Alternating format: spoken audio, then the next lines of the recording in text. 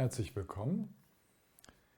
Die Frage, die mir heute gestellt wurde, möchte ich gerne beantworten. Es geht darum, inwieweit der Dharma, also die buddhistische Lehre, uns dabei hilft, Antworten zu finden auf unseren Wunsch, auf unsere Suche, Frage nach dem Lebenssinn. Und der Lebenssinn, der Sinn unseres Lebens, das ist natürlich das zentrale Thema. Obwohl sich viele Menschen gar nicht so bewusst sind, dass sie das beschäftigt, so sind das doch die automatischen Themen, die einen sofort kommen, wenn man zum Beispiel in Rente geht. Oder wenn man schwer krank wird. Was ist dann noch der Lebenssinn? Aber ich kann mich erinnern, selbst in meiner Kindheit, Jugend, war das für mich absolut entscheidend zu wissen, wieso lebe ich eigentlich? Wofür? Wofür möchte ich mein Leben geben? Und damals, da wusste ich nicht, dass man den Lebenssinn nicht finden kann. Ja, das überrascht jetzt natürlich, wenn ich darüber jetzt ein ganzes Video mache. Man kann ihn nicht finden, sondern der, wie soll man sagen, der geistige Trick oder die völlig andere Sichtweise besteht darin, ihn nicht zu suchen, weil wir ihn nirgendwo finden können, sondern wir geben dem Leben unseren Sinn. Ja, wir selbst gestalten das Leben so, dass es uns entspricht. Und da hilft der Dharma tatsächlich, also die buddhistische Lehre hilft da stark, weil schon seit 2500 Jahren es immer darum geht, wie kann ich mein Leben und damit meine Zukunft gestalten? Wie kann ich mein Karma in die Hand nehmen, gestalten? Und wir sprechen da also von der Möglichkeit, obwohl wir ja geprägt sind aus der Vergangenheit, also das ist der ganze Strom unserer vergangenen Erfahrung, wir sprechen darüber, wie ich mein Leben auf etwas ausrichten kann, was mir tiefe Zufriedenheit gibt. Da gibt es vordergründige Lebenssinne, also eine Ausbildung abzuschließen, Kinder zu kriegen, großzuziehen, Eltern zu sein und erfolgreich. All diese Lebenssinne, diese äußeren, nenne ich sie, ja, obwohl sie so wichtig sind, die sind in Gefahr, irgendwann zusammenzubrechen. Irgendwann brauchen mich meine Kinder nicht mehr, eventuell wollen sie mich auch gar nicht mehr sehen. Irgendwann ist vielleicht eine schwierige Zeit im Beruf und es scheint nicht so zu sein, dass der wirklich so mir diese tiefe Zufriedenheit gibt. Und da ist der Dharma eben auch unglaublich wichtig, um den Blick tiefer zu richten. Und zwar geht es so, dass wir die Frage nach dem Lebenssinn uns immer in Verbindung mit einer Kontemplation stellen. Also zum Beispiel angesichts dessen, dass dieses freie Menschenleben, so wie ich jetzt eins habe, ein Leben, in dem ich selbst bestimmen kann, angesichts dessen, wie kostbar und wie selten das auch ist, dass ich so ein Leben zur Verfügung habe, in dem ich Zugang zu allen spirituellen Traditionen habe, wo ich mich frei bewegen kann, ich habe Religionsfreiheit und so weiter. Angesichts dieser kostbaren Situation, was zählt denn nun wirklich? Wofür möchte ich dieses kostbare Leben eingesetzt haben? Angesichts des Todes. Das ist die zweite Kontemplation.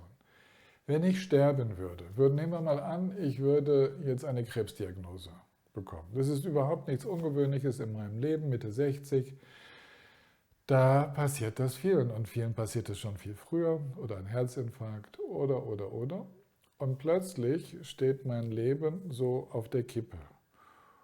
Und dann möchte ich nichts zu bereuen haben. Also ich möchte das Leben so gelebt haben, dass ich angesichts des möglichen Todes sage, ja genau, das war sinnvoll, das war nützlich, das war genau das, was ich leben wollte. Und so ist der Lebenssinn, den wir uns jetzt geben, ist abhängig davon, wie wir diese kostbare Chance angesichts der Begrenztheit, des Wandels, der Vergänglichkeit gestalten wollen. Und angesichts auch dessen, dass all die äußeren Dinge, das weiß jeder, aber da hilft der Dharma natürlich kräftig nach, äußere Dinge wie Wohlstand, Ansehen, Schönheit, Kraft, Intelligenz, all das kann irgendwann nicht mehr sein. Und was hilft mir dann? Also was ist der Lebenssinn, falls mir ein Unfall passiert oder eine Krankheit kommt, die mich an den Rollstuhl fesselt? Was ist dann der Lebenssinn? Und natürlich gibt der Dharma auch Antworten, aber die Antworten sind sehr allgemein gehalten. Der Dharma gibt als generelle Antwort, dass es darum geht, von Leid frei zu werden und alle innewohnenden Qualitäten erwachen zu lassen. Das ist so allgemein, dass jeder von uns selber herausfinden muss, was ist es denn nun? Wovon möchte ich genau frei werden? Also was sind die Muster, unter denen ich leide? Also ich möchte frei werden von meiner Arroganz. Oder ich möchte frei werden von diesem ewigen mich wichtig nehmen. Ich möchte möglichst frei werden von Angst.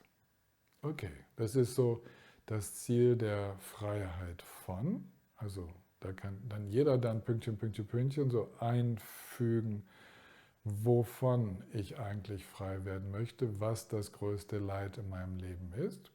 Zum Beispiel kann es auch sein, dass ich vor allen Dingen darunter leide, dass ich mich so einsam oder alleine fühle. Und dann wäre mein Ziel, also ein Teil meines Lebenssinnes, dass ich frei werde von Einsamkeitsgefühlen. Und dann, wie geht das? Und dann hilft der Dharma natürlich. Wie geht das, in diese offene Entspannung hineinzufinden, in der sich Gefühle von Einsamkeit auflösen? Das ist aber nur der eine Teil der Sinnfrage. Die Sinnfrage ist eben auch, und was möchte ich entwickeln? Also nicht nur, wovon möchte ich frei sein, sondern was möchte ich mehr freisetzen in mir? Und da können ganz andere Dinge kommen. Da kann es sein, oh, ich möchte so etwas Spielerisches freisetzen. Das ist das, wonach ich mich immer sehne. Oder ich möchte meine Kreativität freisetzen. Oder ich möchte, und das war zum Beispiel für mich ganz, ganz wichtig, da erinnere ich mich dran mit 18, 19, 20 Jahren, ich möchte andere fühlen können. Ich möchte andere spüren und verstehen können. Weil ich mich eben auch so getrennt gefühlt habe. Und da sind wir jetzt schon viel näher dran am Lebenssinn. Ihr merkt, das geht auch im Rollstuhl. Das geht auch im Krankenbett. Von der Angst sich zu lösen, in diese innere Fülle zu finden, mehr in Resonanz zu gehen mit anderen, sie zu spüren, mich zu üben darin, zu kommunizieren, wirklich zuzuhören, mich einzulassen und dann aus dem offenen Sein Antworten zu geben. Also so die inneren Qualitäten und dann die innersten Qualitäten. Da würde der Dharma sagen, also die buddhistische Lehre würde sagen, ja, eigentlich kommt es darauf an, diesen Bereich in mir freizulegen, den wir klar das Erwachen nennen, aber diesen Bereich des gewahren Seins frei von aller Ich-Bezogenheit. Oder mit anderen Worten, diese Einheit von Weisheit und Mitgefühl, also wo ein weises Erkennen der Natur des Seins, Seinserkenntnis, zusammenkommt mit einem warmen Herzen. Und das tatsächlich, das Erkennen dieser leeren, nicht fassbaren Natur des Seins mit dem Herz des Mitgefühls, das ist genau die Definition, die der Dharma, die buddhistische Lehre, im großen Fahrzeug gibt, als den allgemeinen Lebenssinn. Weil wenn ich das dann für mich erspüre, dann gibt es so Schritte. Zum Beispiel merke ich vielleicht als erstes, ich möchte authentisch sein. Also für mich als Lebenssinn würde ich sagen, authentisch sein. Aber was ist das? Das bedeutet natürlich zu sein. Das bedeutet aufrichtig zu sein. Das bedeutet aber auch, mich nicht zu verleugnen. Aber wen will ich denn nicht verleugnen? Und da kommen wir zu einem anderen Verständnis von Karma, was uns auch in der buddhistischen Lehre begegnet. Karma ist nicht nur das negativ Prägende, sondern Karma ist auch, kann man sagen, die Kraft, die aus unseren früheren Wünschen entsteht, etwas in dieser Welt beitragen zu wollen. Also zum Beispiel wirklich hilfreich sein zu wollen. Es kann sein, dass das in uns schon ein langer Impuls ist, der darauf wartet, gehört zu werden. Und dann, wenn ich den lebe, wenn ich die Art, hilfreich sein zu wollen, tatsächlich lebe und umsetze, und das könnte auch sein, dass ich dabei Kinder bekomme, Familienvater, Mutter werde und das lebe, mich für andere einzusetzen, dann merke ich, jetzt bin ich richtig authentisch, ich bin richtig so in der Mitte meines Seins, das stimmt jetzt. Das kann aber genauso gut auch sein, dass ich Mönch oder Nonne werde. Es muss dieses Gefühl der Stimmigkeit entstehen und das entwickelt sich weiter. Also zu versuchen, in jungen Jahren einen Lebenssinn festzuschreiben und der ist wie unwandelbar, das wird selten gelingen, es sei denn, wir gehen ganz, ganz tief mit uns. Da gibt es, wenn wir uns die Zeit nehmen zu meditieren, hineinzuspüren, da gibt es so ganz tiefe Motivationen in uns. Wenn wir mit denen Kontakt aufnehmen können, dann kann es sein, dass die sich durch unser ganzes Leben dann hindurchziehen. Zum Beispiel den Wunsch, nicht nur selbst frei zu werden, sondern in dieser Welt für umfassende, tiefe Freiheit etwas zu tun, dazu beizutragen. Auch dafür hat der Dharma eine einfache Formel, bedeutet, selbst den Dharma zu verwirklichen und anderen zu helfen, den Dharma zu verwirklichen. Aber was ist Ihr Dharma? Und wie sieht genau das Freisein und das Entfalten dieser Qualitäten aus bei der Person, die mir gegenüber sitzt? Das wäre dann immer noch herauszufinden.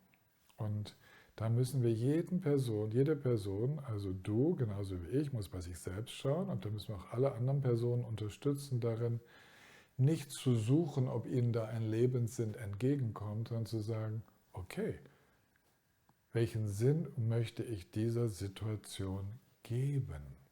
Also zum Beispiel, ich habe gerade mein Bein gebrochen. Ich habe eine Krebsdiagnose bekommen. Dann fragen manche, was ist denn der Sinn da drin? Da kann man natürlich auf andere hören und sich irgendeinen Sinn sagen lassen, aber eigentlich ist es, welchen Sinn möchte ich dem geben? Was möchte ich daraus lernen?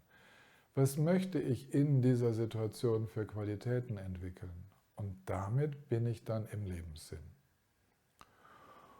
Und jetzt vielleicht abschließend noch möchte ich euch etwas mit euch teilen, was für mich sehr überraschend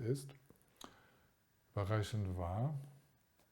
Dann, wenn ich im Lebenssinn ankomme, wenn ich den wirklich lebe, dann löst sich die Frage nach dem Lebenssinn auf. Die beschäftigt einen gar nicht mehr. Die Frage, dieses unruhige Suchen nach einem Sinn im Leben, die kommt eigentlich aus unserem Getrenntsein. Also dass ein vermeintliches Ich nicht eins ist mit dem Leben, sondern immer sucht, was habe ich in diesem Leben zu tun? Immer ich und dieses Leben. Wenn das Leben und unser eigenes Sein eins geworden sind, dann hat sich die Frage nach dem Lebenssinn weitgehend aufgelöst. Sie ist kaum noch bewusst oder gar nicht mehr bewusst. In meinem Erleben ist es so, dass sie immer dann wieder anklopft, diese Frage, wenn ich nicht ganz das lebe, was eigentlich mein tiefstes inneres Anliegen ist. Dann muss ich wieder hinschauen. Und deswegen möchte ich euch ermutigen, immer dann, wenn ihr merkt, die Frage drängt euch, nehmt euch Zeit zu spüren, was euch eigentlich glücklich machen wird, was denn in dieser Situation, in der ihr gerade seid, weil die können wir meistens gar nicht so ändern, was wir in dieser Situation tatsächlich leben wollen.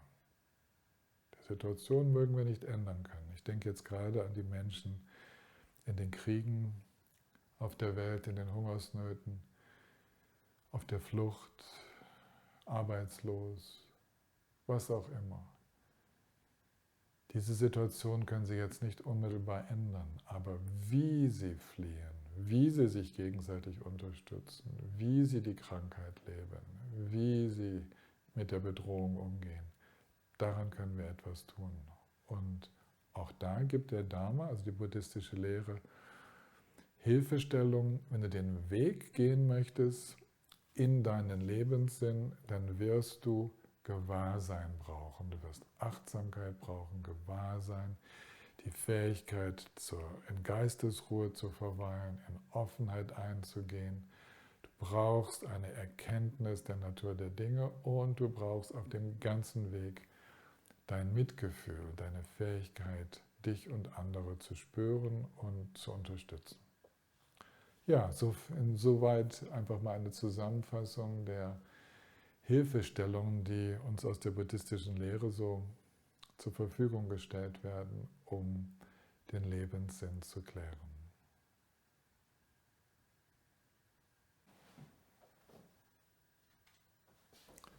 Jetzt bin ich gerade noch gefragt worden, ja, wie ist denn das, wenn ich meinen Lebenssinn mal kannte und jetzt das Gefühl habe, ihn verloren zu haben? Was dann? Also nicht, wenn ich ihn überhaupt noch nie kannte, sondern es war schon mal klar und jetzt nicht mehr klar. Und da ist meine Erfahrung so im Begleiten von Menschen, dass wir uns Zeit nehmen müssen. Ich spreche da von einer Zeit des Nichtstuns, also es könnte so das berühmte Liegen in der Hängematte sein und. Es muss nicht unbedingt so ein meditatives Sitzen auf dem Kissen sein. Eine längere Zeiten des Nichtstuns, wo ich mal hinspüre, wo ich von meinem Weg abgekommen bin, wo ich Schritte gemacht habe, Verhaltensweisen entwickelt habe, Entscheidungen gefällt habe, mit denen ich nicht hundertprozentig einverstanden bin. Also meistens sind die Entscheidungen nicht so, dass sie krass daneben liegen, sondern wir haben ein Ausmaß an Kompromiss gelebt, wo wir innerlich dann doch mit der Zeit nicht mehr einverstanden sind. Wir sind vielleicht ein bisschen auf die eigenen Muster der Ablenkung reingefallen, ein bisschen faul geworden, in Dinge umzusetzen, die ein bisschen herausfordernder sind. Denn ich habe nie gesagt, dass das Umsetzen von Lebenssinn leicht ist, sondern es ist tatsächlich ein ständiges Bemühen, eine ständige, wie soll man sagen, ja, alle Energien in diese Schale hineinwerfen, so, dass wirklich wir in die Erfahrung der Fülle kommen. Und da braucht es Zeit und dann braucht es Korrekturen. Die Korrekturen sind nicht unbedingt auf der äußeren Ebene. Das kann sein, dass ich mein Leben nochmal ganz ändere, aber vor allen Dingen wieder in der Haltung. Das heißt, ich werde dann sehr bald spüren, dass wenn ich die geeigneten Korrekturen in der Haltung und im Verhalten vornehme, dass ich mich wieder mehr eins fühle, dass der Lebenssinn spürbar zurückkommt, klarer wird, dass ich mich wieder geeinter fühle und dann weiß ich, bin ich auf dem richtigen Weg. Und wenn ich weiter Fehler mache, Entscheidungen treffe, die eigentlich nicht mit meiner innersten Motivation und Ausrichtung übereinstimmen, dann wird es mir immer unangenehmer im Leben. Dann stimmt immer weniger, es geht auch immer mehr schief. Also da muss ich dann auf jeden Fall mehr Zeit nehmen und hingucken. Also, falls das eure Situation ist, euer Anliegen, dann wünsche ich euch jetzt ganz viel freie Zeit, die ihr nicht zumüllt mit anderen Aktivitäten und Ablenkungen, sondern die ihr diesem kreativen Nichtstun überlasst. Und ich kann mich erinnern, dass ich jahrelang mindestens einmal im Jahr diese Kontemplation über den Lebenssinn und ob ich mit ihm in Übereinstimmung bin oder nicht, dass ich mindestens einmal ausführlich gemacht habe mit Hilfe eines großen Tagebuches, wo ich dann reingeschrieben habe. Das habe ich immer um Neujahr herum gemacht, eine ausführliche Kontemplation, die mindestens einen halben Tag, einen Tag ging, wo ich mir auch durchgelesen habe, was ich letztes Jahr aufgeschrieben habe und dann verglichen habe jetzt und dann geschrieben habe und so, bis dieser Prozess mir so vertraut war, dass ich ihn jetzt ich weiß nicht, die letzten Jahre nicht mehr, also 10, 15 Jahre nicht mehr gemacht habe. Aber das kann ich euch auch ans Herz legen. Also mit euch in den Dialog zu gehen, indem ihr einfach ein Notizbuch als Ansprechpartner nehmt, wo ihr nur für euch schreibt. Ihr schreibt nicht für jemanden anders, sondern nur ganz ehrlich mit euch selbst. Das verlangsamt das Denken etwas und macht es etwas klarer und das kann eine sehr große Hilfe sein. Also nochmals vielen Dank.